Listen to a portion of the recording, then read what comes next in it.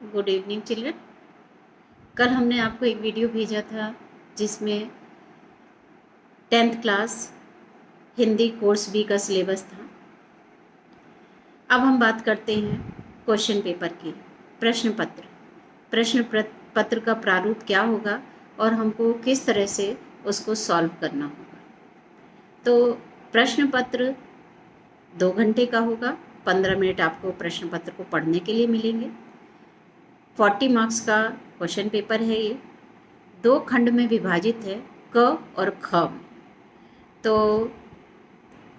सभी प्रश्नों के उत्तर क्रमानुसार कोशिश करनी है, क्रमानुसार ही देने हैं। बोर्ड कहता है कि हमको क्रमानुसार ही उत्तर दिए जाए।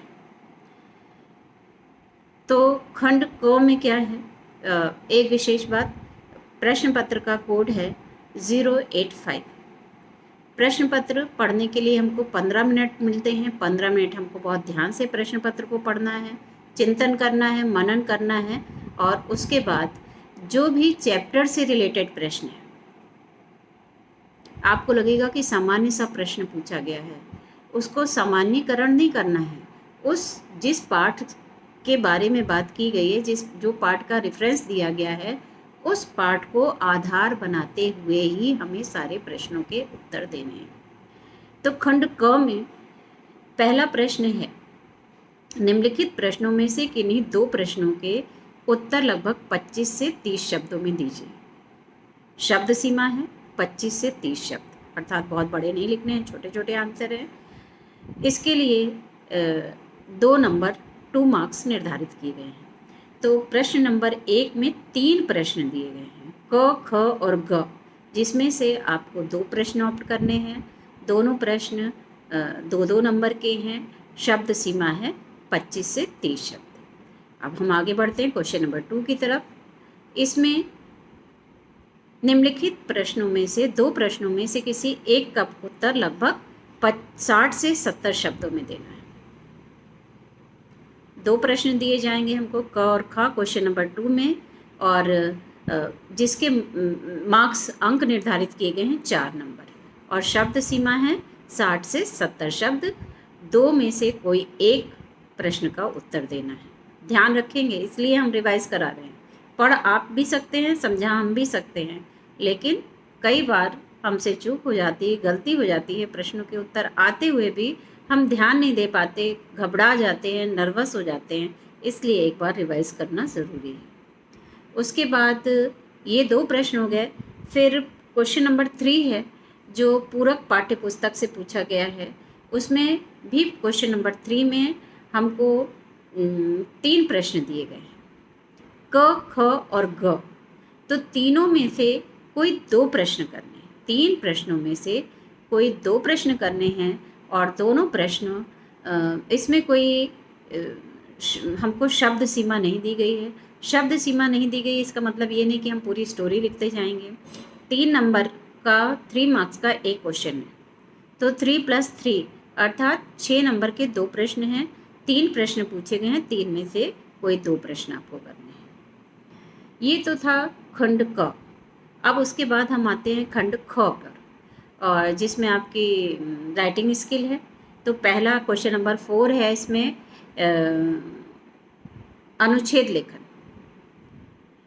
संकेत, इसमें मेन प्रश्न क्या है, मेन आपको क्या ध्यान रखना है, संकेत बिंदुओं के आधार पर, संकेत बिंदु दिए गए हैं, अर्थात संकेत बिंदुओं को आधार मानकर ही आपको अनुच्छेद लिखना है। उसके मार्क्स हैं। यदि आप उसको आधार मानकर नहीं लिखोगे तो मार्क्स नहीं मिलेंगे। दूसरी बात याद रखने की है अनुच्छेद लेखन में, कि अभी कभी भी हमको पैराग्राफ चेंज नहीं करना है। एक पैराग्राफ में ही अपनी पूरी बात कहनी है। जो हमको संकेत बिंदु दिए गए हैं उनको आधार मानेंगे, उनके बारे में लिखेंगे, उनको बेस मान करके हमको अपना अनुच्छेद लिखना है, ना कि उनके बारे में अलग अलग पैराग्राफ लिखना है। आप लोग प्रायः यही गलती करते हो कि पैराग्राफ चेंज करने लगते हो। पैराग्राफ कभी भी बदलना नहीं है। पैराग्राफ राइटिंग का, अनुच्छेद लेखन का तात्पर्य है कि एक अनुच्छेद में हम अपनी पूरी बात कह दें। ये 6 नंबर का 6 मार्क्स का प्रश्न है, और इसमें भी शब्द सीमा दी गई है कि 150 शब्दों में हमको अनुच्छेद लिखना है।